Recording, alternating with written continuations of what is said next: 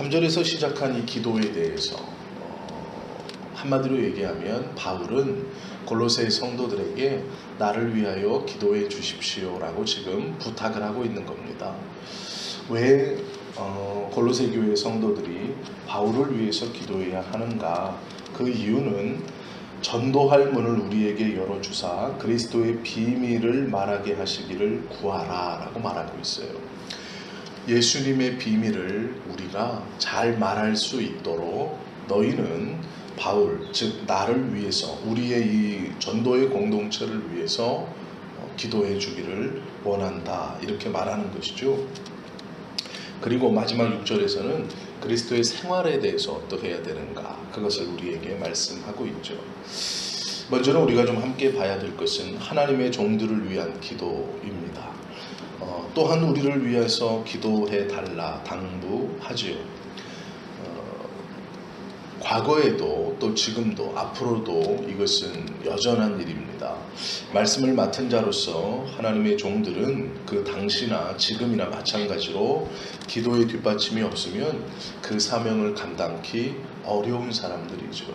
바울이 그렇게 기도를 부탁할 정도라면 지금 우리 사역자들은 아마 두말할 필요가 없을 겁니다. 바울과 같은 위대한 사도들도 그의 성도들에게 나를 위해서 기도해 주십시오, 여러분들이 나를 위해 기도해 주어야 합니다 라고 부탁할 정도라면 우리도 마찬가지이겠죠. 아니 어쩌면 더 많은 기도가 필요할지 모르겠습니다. 목회자에게 성도들의 기도는 매우 중요하죠. 그 목회자의 말씀이 어떠한가, 그것은 성도의 기도가 어떠한가와 같은 의미일 수도 있습니다.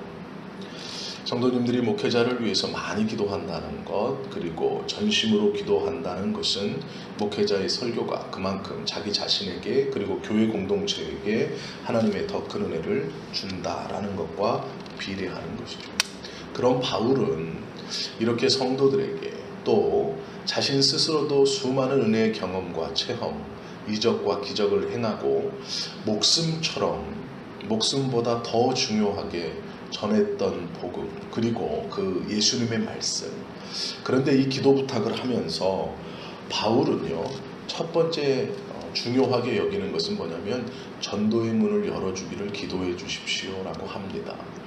그것 때문에 저는 매임을, 즉 하나님의 부르심을 받았습니다. 전도를 위해서 부르심을 받았다라는 것이죠.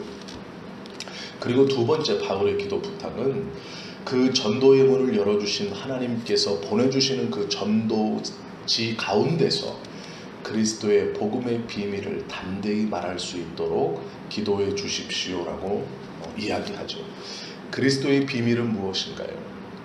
예수 그리스도가 하나님의 아들이시고 우리의 죄 때문에 이 땅에 오셨다는 것입니다.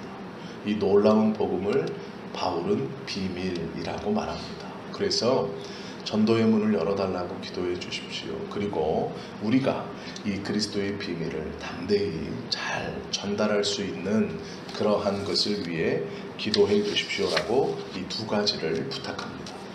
바울의 관심이 어느 곳에 있었는지를 보여주는 것이죠. 그 사람의 기도는 그 사람의 관심이 지금 어느 곳에 있는가를 보여줍니다. 바울은 전도의 문과 그리스도의 비밀을 잘 선포할 수 있도록 위해서 기도해달라 부탁합니다. 그것이 바울의 관심사였기 때문이죠. 5절은요, 바울에게 말하는 것이 아니라 골로새 교회 성도들과 예수를 믿는 사람들에 대해서 설명하는 겁니다. 즉 어떻게 살아가야 하는가라는 것이죠. 5절에 보면 외인에게 대하여는 지혜로 행하여 세월을 아끼라 라고 말합니다. 우리가 이 본문을 잘못 생각하고 있는 부분이 있는데요, 많은 분들이 오해하고 있어요. 이게 뭐냐면 우리는 이걸 이렇게 생각해요. 예수님을 믿지 않는 사람들과의 관계 속에서 그들을 좀 잘 대해주고 그들의 좀 비위도 좀 맞춰주고 그들의 성향도 맞춰주고 이렇게 해라 라고 우리는 알아듣습니다. 그게 지혜다 라고 생각하는데요, 바울은 그런 의도로 이 말을 쓰고 있지 않습니다.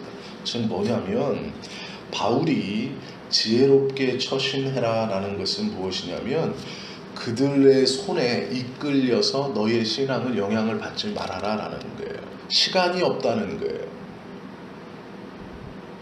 전도의 문을 열어놓고 그곳에서 그리스도의 비밀을 담대히 전할 시간도 없는데 그 사람들의 눈치, 비위, 그 사람들의 체면 이거를 생각해서 네가 너의 신앙을 끌려 그 사람들에게 영향을 받아 신앙을 후퇴하지 말라는 거예요.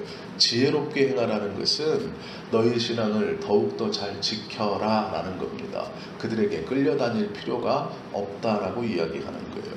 바울은요, 세상 사람들에게 관심이 있지 않아요.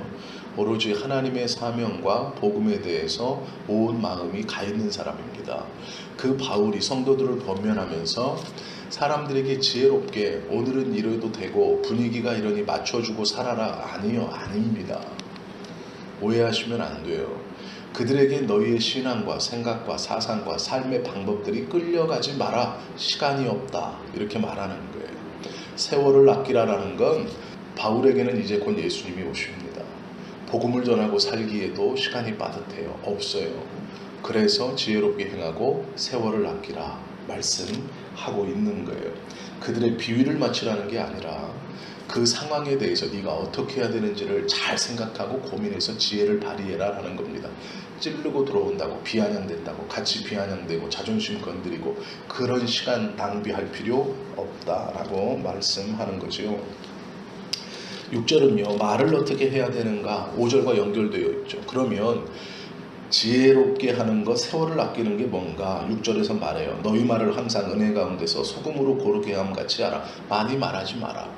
성도들이 아직 예수님을 믿지 않는 사람들을 만나서 이 쓸데없는 대화, 이 조급한 대화, 불성실한 대화, 이 패역한 대화를 통해 자신의 신앙도 잊어버리고 복음을 전할 수 있는 기회도 상실한다는 거예요. 그것에 대해서 일일이 대꾸하거나 찌른다고 같이 찌르는 어리석음 가운데 너의 신앙도 까먹고 다음에 복음을 전할 기회도 서로 감정이 상한 상태이기 때문에 그 기회도 까먹는다. 그러니까 말 많이 하지 말고 지혜를 발휘해서 소금이 맛을 내듯 한두 마디를 하고 복음을 전할 수 있는 기회를 삼아라 라고 말씀하는 거예요. 베드로전서 3장 15절은 이렇게 말씀하고 있어요. 너희 속에 있는 소망을 묻는 자에게 복음이 뭐냐? 예수 믿는 게 뭐냐? 이것이 우리의 소망인데 그것을 묻는 자에게 대답할 것을 항상 예비하되 온유와 두려움으로 하라 라고 말하고 있어요. 베드로전서 3장 16절은 이렇게 말해요. 선한 양심을 가지라. 이는 그리스도 안에 있는 너희의 선행을 욕하는 자들로 그 비방하는 일에 부끄러움을 당하게 하려 함이라 라고 말하고 있어요. 그리스도의 종들을 위해서 복음을 전할 수 있는 전도의 문과 그리스도의 비밀을 잘 말할 수 있도록 기도해 주십시오. 둘째는 세월을 아끼십시오. 말로써 저들과 대적하고 싸우고 어리석은 짓을 하지 말고 삶으로 그것을 증거하고 또한 그들에게 영향을 받아 신앙의 색깔이나 신앙의 어떠함이 영향을 받지 말고 하나님의 말씀 안에 자신의 신앙을 지켜가고 삶으로 증언하면서 그들이 말로써 시비를 걸고 힘들게 하고 어렵게 할 때 또 말로써 대꾸하지 말고 살아온 삶으로 신앙 안에서 증거하며 살아가는 것이 지혜로운 겁니다. 예수님께서 곧 오실 것이기에 세월을 아껴 그렇게 믿는 자로 살아가십시오 라는 말씀이죠. 이 두 가지를 우리에게 가르쳐주고 있는 본문이 4장 3절에서 6절까지 말씀입니다. 제가 다시 한번 읽어드릴게요. 기도를 계속하고 기도에 감사함으로 깨어있으라. 또한 우리를 위하여 기도하되 하나님이 전도할 문을 우리에게 열어주사 그리스도의 비밀을 말하게 하시기를 구하라. 내가 이 일 때문에 매임을 당하였노라. 그리하면 내가 마땅히 할 말로써 이 비밀을 나타내리라. 외인에게 대해서는 지혜로 행하여 세월을 아끼라. 너의 말을 항상 은혜 가운데서 소금으로 맛을 냄과 같이 하라. 그리하면 각 사람에게 마땅히 대답할 것을 알리라 라고 우리에게 권면해 주고 있습니다. 이 바울의 두 가지의 권면을 우리가 오늘 하루도 잘 지켜 기도도 하시고 또한 삶으로도 복음을 증거하며 살아가는 이러한 하나님의 은혜 가운데 오늘 하루도 사실 수 있기를 예수님의 이름으로 축원합니다. 기도하시겠습니다.